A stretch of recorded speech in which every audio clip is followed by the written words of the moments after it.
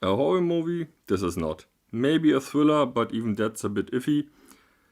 Spoiler warning for this movie and for the sequel or the original Orphan, so beware. Here we go. As I said, this is actually a prequel to the movie Orphan, but the most memorable thing about that movie was that the little girl is actually a grown woman with some sort of dwarfism. But even if you haven't seen that movie, the twist of the first movie is explained first thing. Like, it's the first thing you actually learn in this movie, that this little girl isn't really a little girl. I think that is kind of a mistake, but also you can do the twist twice, so it's a difficult situation. And also, straight off the back, this movie is false advertising because the title First Kill doesn't even apply, because we learned right off the back that the first kills she committed before the movie. So that's also false. This movie was a sneak, like all the movies I review, so I didn't choose it, but I still had some expectation. I was hoping to see why Lena, what is her real name, later Esther, became such a violent person. Maybe you could show that the fact that she's a grown woman, having to live her entire life as a child, gets to her psyche, but they didn't show that. She's a psycho right off the back, so I think that is a huge missed opportunity. Back to the movie. Lena escapes from an institute in Estonia, and here are directly the first two big problems. She might be an adult woman, but she still has the body of a child, therefore the muscle structure of a child. So it's quite implausible that she overpowers a grown man and just bashes his head in. That's, I don't know, that's just not possible. Later, she uses some trickery like objects or traps to kill people, which is more plausible, but right off the back, she does things she shouldn't be able to do with the body of a child. The next thing is then when she escapes, she stands in front of the art teacher's car, and then the teacher runs back in and alarms everybody, and then she just gets in the car and goes home. Doesn't check the trunk. Which the institute is in the middle of nowhere, so there's the only one place to hide, which is her trunk. But she didn't check it, she gets home, and obviously she dies, so she immediately pays for her stupidity.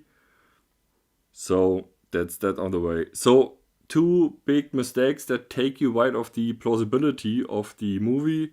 One, she does things she shouldn't be able to do based on her physique, and the people around her are just really, really stupid. Then the story goes on a bit. She finds a missing girl whose place she can take, so she initiates that. And that's the next problem. In 2009, the actress Isabel Fuhrman, I'm not sure, was 12. So her being a child with the psyche of a woman was plausible because she looks like a child. Now, the actress is actually 25 and her face looks like a grown woman, no longer like a child, which is a problem for this movie. They use a stand-in for the wide body shots, so that looks quite nice. But whenever you see her face, you see that she's older. You see that she's no longer a child, which is the whole point of this movie. Also, they use or have the actors use some sort of sarashi. That's the only name I have for it. It's a chest wrap that is used in Japan for kimonos and traditional clothes. Basically, it flattens a woman's chest, which makes sense for the actress because she's a grown woman playing a child, but it doesn't make sense for the character. The way it's explained in this movie, and I'm only judging the movie by itself, not some other information you may have gotten in other movies. She is a grown woman trapped in the body of a child, or her body doesn't grow. It is not stated that the body actually gets older. like with puberty and all these things, but just doesn't grow. This could be the case, but it's not explained, and it would cause problems for the original movie, because in that movie, she didn't have to use a chest wrap because she was a child. So the problem is not that they used it because they need to use it for the actress, but that they show it twice. So immediately that messes with the continuity because it's a prequel. If you would say, yeah, her body actually gets older, okay, then do a sequel, that makes sense. But in a prequel, she cannot have a different body than she has in the original movie. So that immediately takes you out of the movie, or me at least, because, yeah, it's a minor thing, but a movie with such a strange plot needs to be as plausible as possible, which this movie doesn't. Because only if the minor details are correct, you can accept the wider, stranger thing. And this is the main focus of the story. A woman trapped in the body of a child and using this to her advantage. Then the story goes on for a while. It's not much to talk about until there's actually a nice twist. A detective gets fingerprints from Lena, now Esther, and finds out that she isn't the real Esther. But of course, because it's a horror movie and it's cliche, she immediately stands behind him and stabs him. And that's it. And he wants to say something, and then, spoiler alert, again, the mother turns up and shoots him.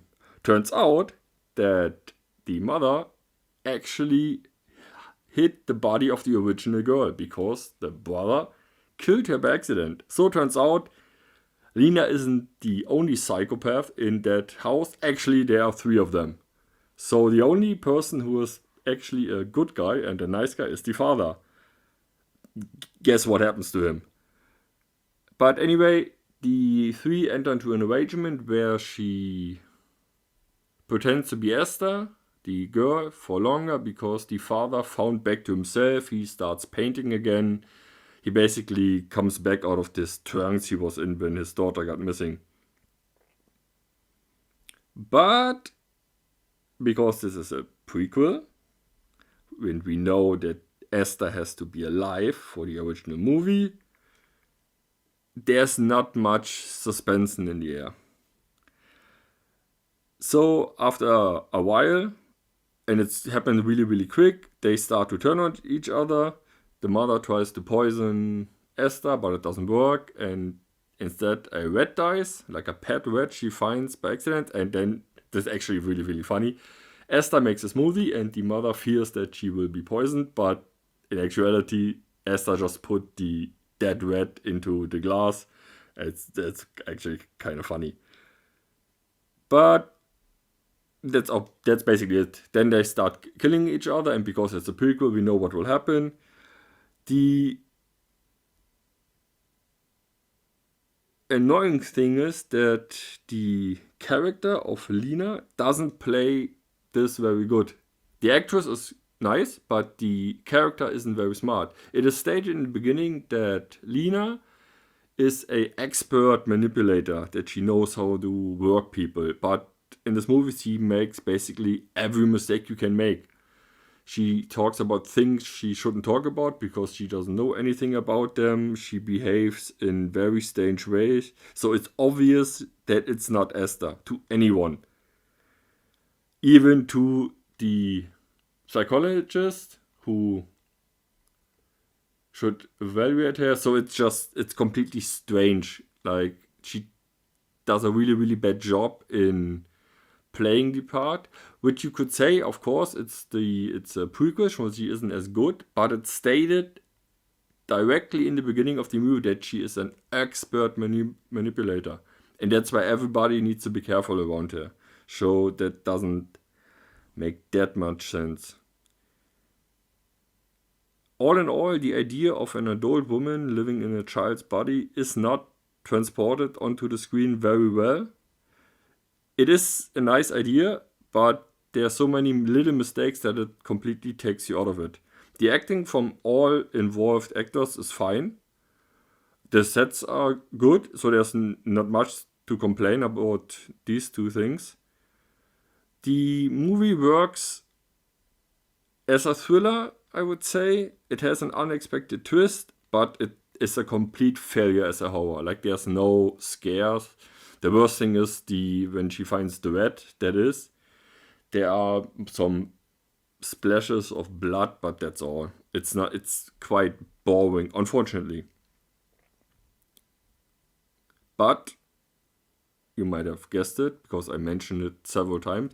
The biggest problem is that this is a prequel and it has the same problems that all prequel have. The ending is never in doubt.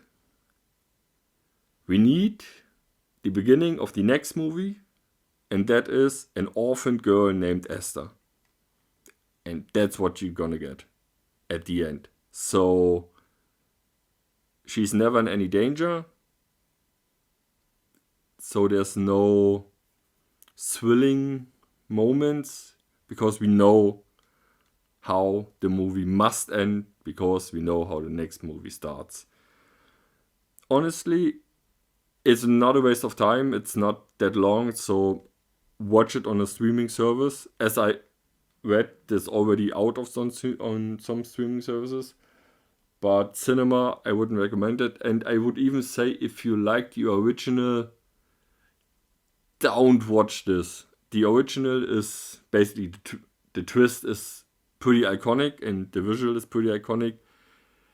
And I wouldn't say this movie ruins it, but it takes away from it. So if you really, really like the original one, maybe don't watch this one.